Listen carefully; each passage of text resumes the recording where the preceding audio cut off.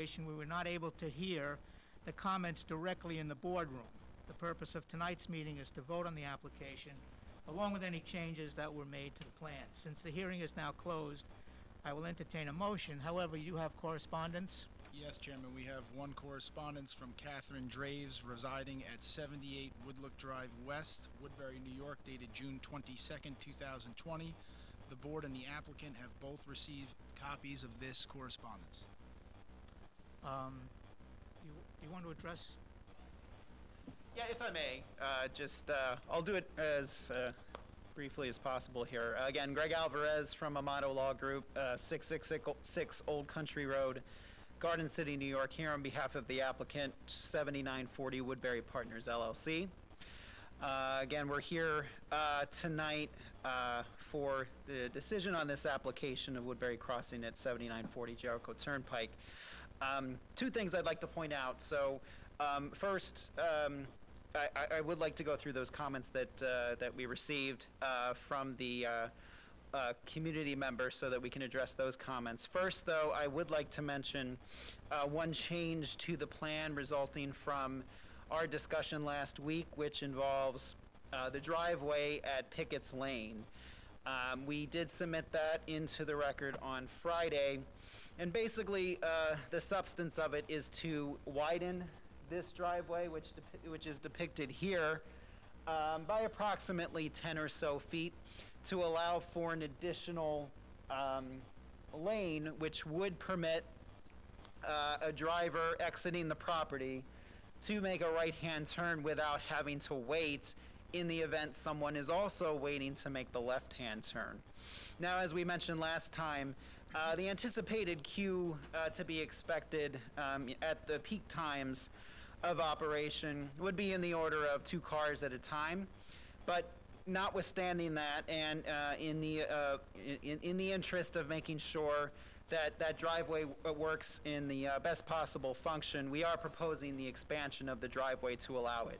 So we're striping that area to create 3 lanes, 1 ingress lane, and then 2 egress lanes to allow for either a through or a left motion or left turning movement in 1 lane, and then a right-only turn in the other lane so that no one's waiting. There would be a removal of 1 parking spot to accommodate that expansion. However, we would still remain parking compliant, both on the lot that would contain the to remain hotel use and overall on the site as well. So we're parking compliant. The one thing we would ask, or so what we would propose then, is to make it a condition of approval if the board were to grant it this evening, that we would incorporate this driveway design into the site plan, subject to New York State DOT approval, because they're part of this process as well. They've already provided conceptual approval to a lot of the improvements along that intersection that are being proposed. So we would just ask that it would be conditioned on that. So with that, I don't know if there are any questions at this point, but I just move on then to the comments that we did receive from that correspondence from the community member. So what I'll do is I'll just go in turn here. The first comment, just read what from the email here. The proposed upgrade of the traffic lights with pedestrian crossing is a welcome addition, but I fear it will not address the short time available to vehicles for crossing Jericho Turnpike and turning from Pickett's Lane onto Jericho Turnpike, which is perhaps the largest contributor to the traffic buildup on Pickett's Lane. Parenthetically, she notes, I do not have an answer for this, as I imagine that increasing the time would in turn adversely affect traffic buildup on Jericho Turnpike. So, just a couple of things there. As we acknowledged last time, this is a busy intersection.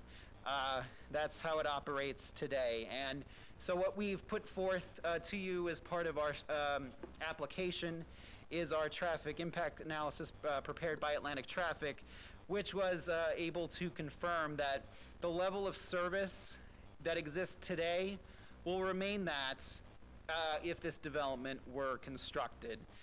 So we have been able to retain that level of service, and we'll be able to retain that level of service based on the analysis that we have put forth. So we'd like to note that. But we do acknowledge that there can be improvements made to the intersection, and that was part of our discussions with the DOT. And as are also depicted on this plan before you today, where it shows the intersection improvements that will be incorporated. And one of those, which is already mentioned about the queuing lane that's going to be provided. Now, while it won't necessarily solve all the problems, with this intersection because of the existing conditions, it will help. Right now, there's a 125-foot length left-hand turning lane that exists on the northbound approach to Jericho Turnpike on Pickett's Lane. Based on our traffic study, it is shown that currently and into the future, there is a consistent backup during the peak hours beyond that existing left turning lane. So as a way to solve that issue, we are proposing that the queuing lane will be expanded by more than double to 255 feet from 120 feet. And this would anticipate to accommodate, even in those peak times, the queuing that will build up to make that left turn.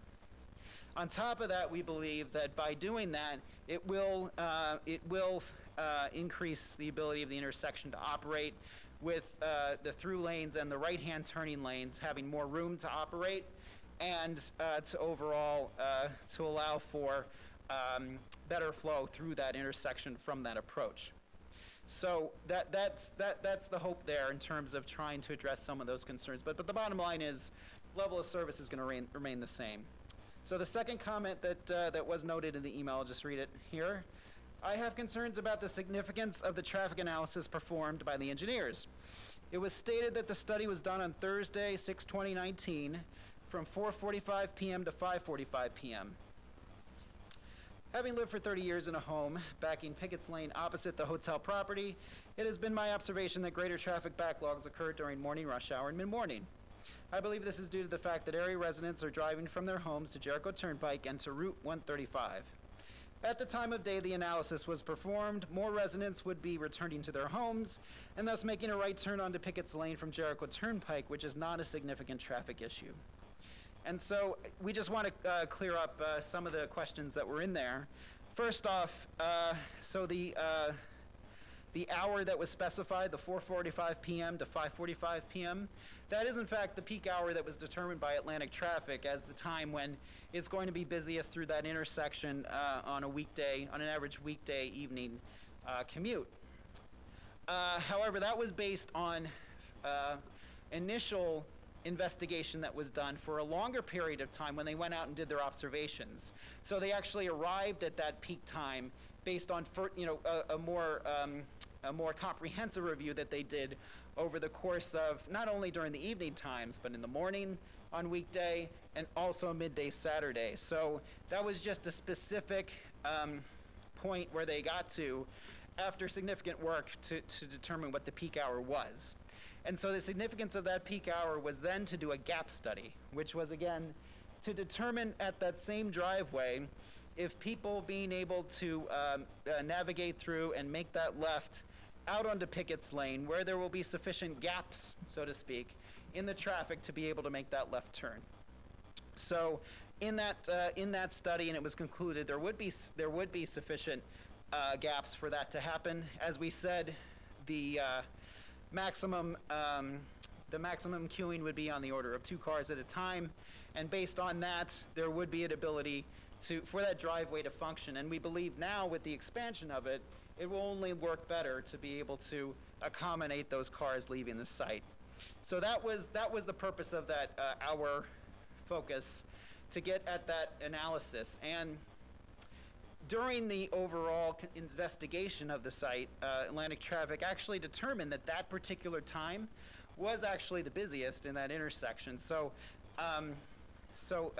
the observation that maybe there was more backup that the community member observed, backed up in the morning, that very well may be the case.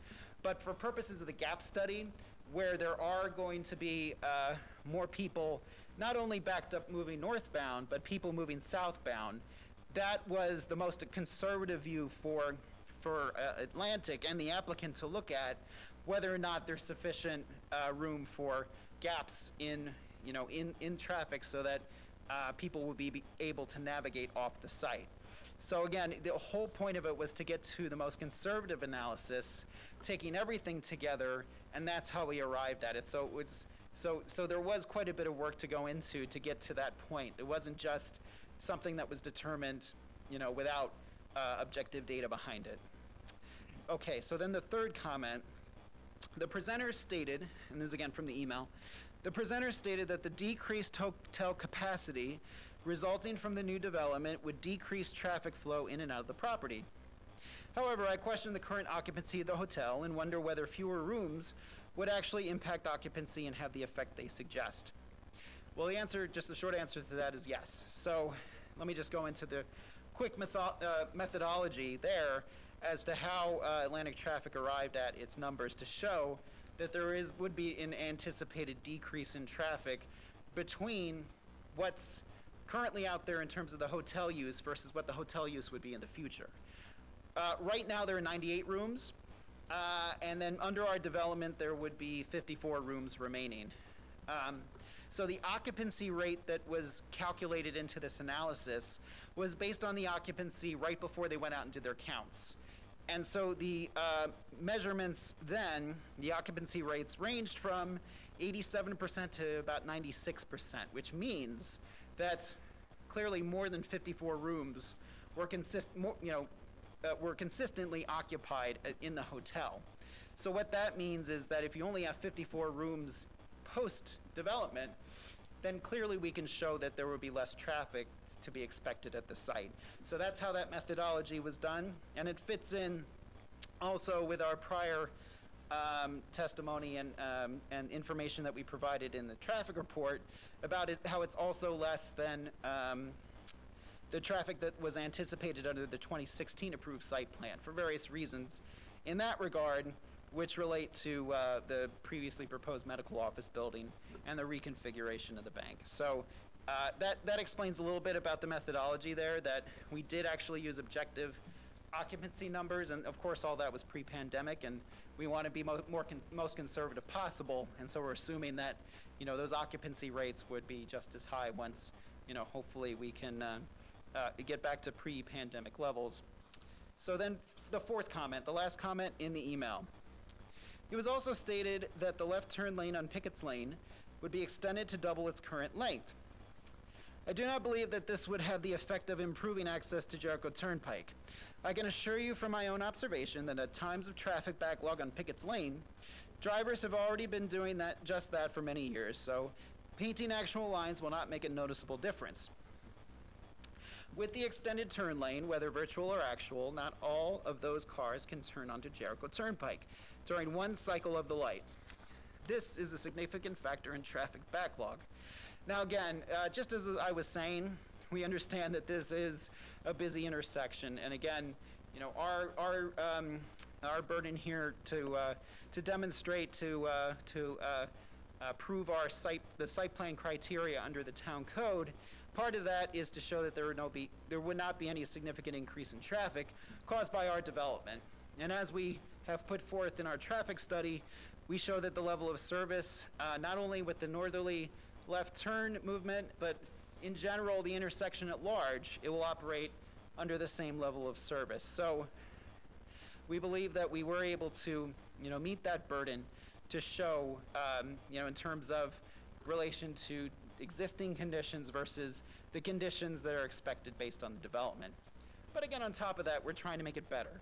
And so what we're trying to do with the extension is to create that better flow that I discussed earlier, that creating a designated area for people to wait as opposed to parking in the striped areas certainly will allow that intersection and those movements to occur more smoothly. Also, we had noted in the traffic report that, and this is part of our analysis with DOT, was that if you do take just 1 second more of left turn movement time, that does actually improve things. And so we've posed that to the DOT, and if that's something they can consider as part of the signalization, that would be part of their final determination as well, to see if that could improve things as well. So we're trying to make it better as best we can, and we don't want to do any more than what's already out there, and we think we've provided that burden.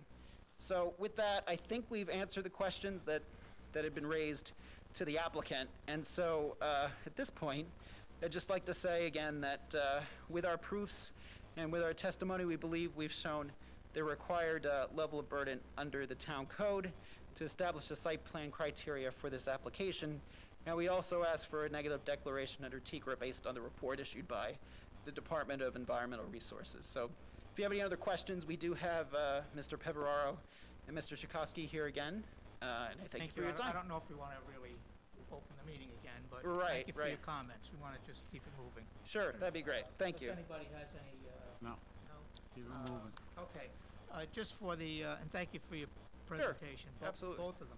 I just want to read for the record the site plan application from 7940 Woodbury Partners LLC, and they are at 7940 Jericho Turnpike in Woodbury. The applicant is seeking a site plan recommendation from the Planning Advisory Board in accordance with the town's site design standards.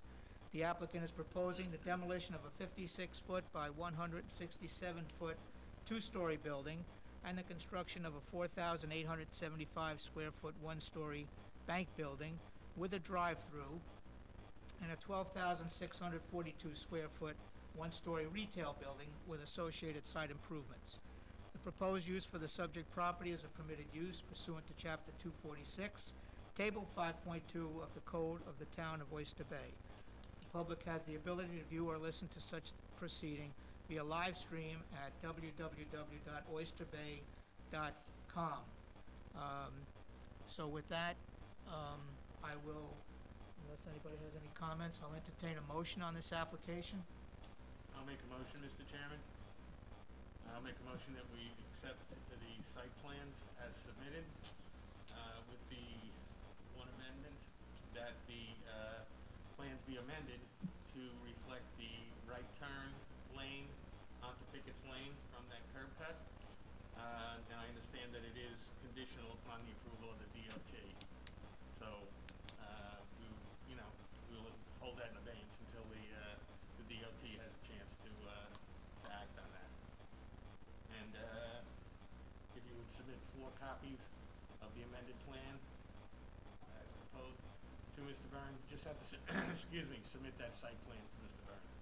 Will do. Okay? I'll second it. Second. Poll the board. Mr. Byrne? On the motion, Chairman Stanko, Aye. Member DiLeonardo, Aye. Member Chabina, Aye. Member Warner, Aye. Member Castellane, Aye. Member Byrne, aye. Chairman, the motion passes. Motion passed. Thank you very much. thank you very I'd also like to thank quickly Scott Byrne, Executive Director of the Planning Advisory Board, Executive Secretary, Director, for all the help in setting up, the virtual and everything for the 2 meetings. So I thank you for both great presentations. Thank you very With that, much. I'll entertain a motion to adjourn. I'll make a motion that we adjourn. So moved. All in favor? Aye. Okay. Thank you. Thank Good you. evening. Have a good night, everybody.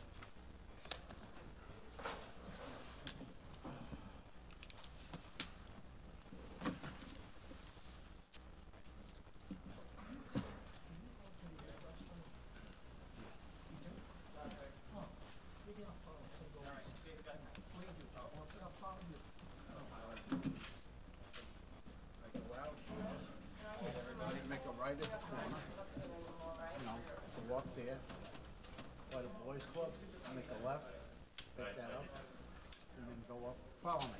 I'll follow you, yeah. Okay, good. I got my thing, good, thank you.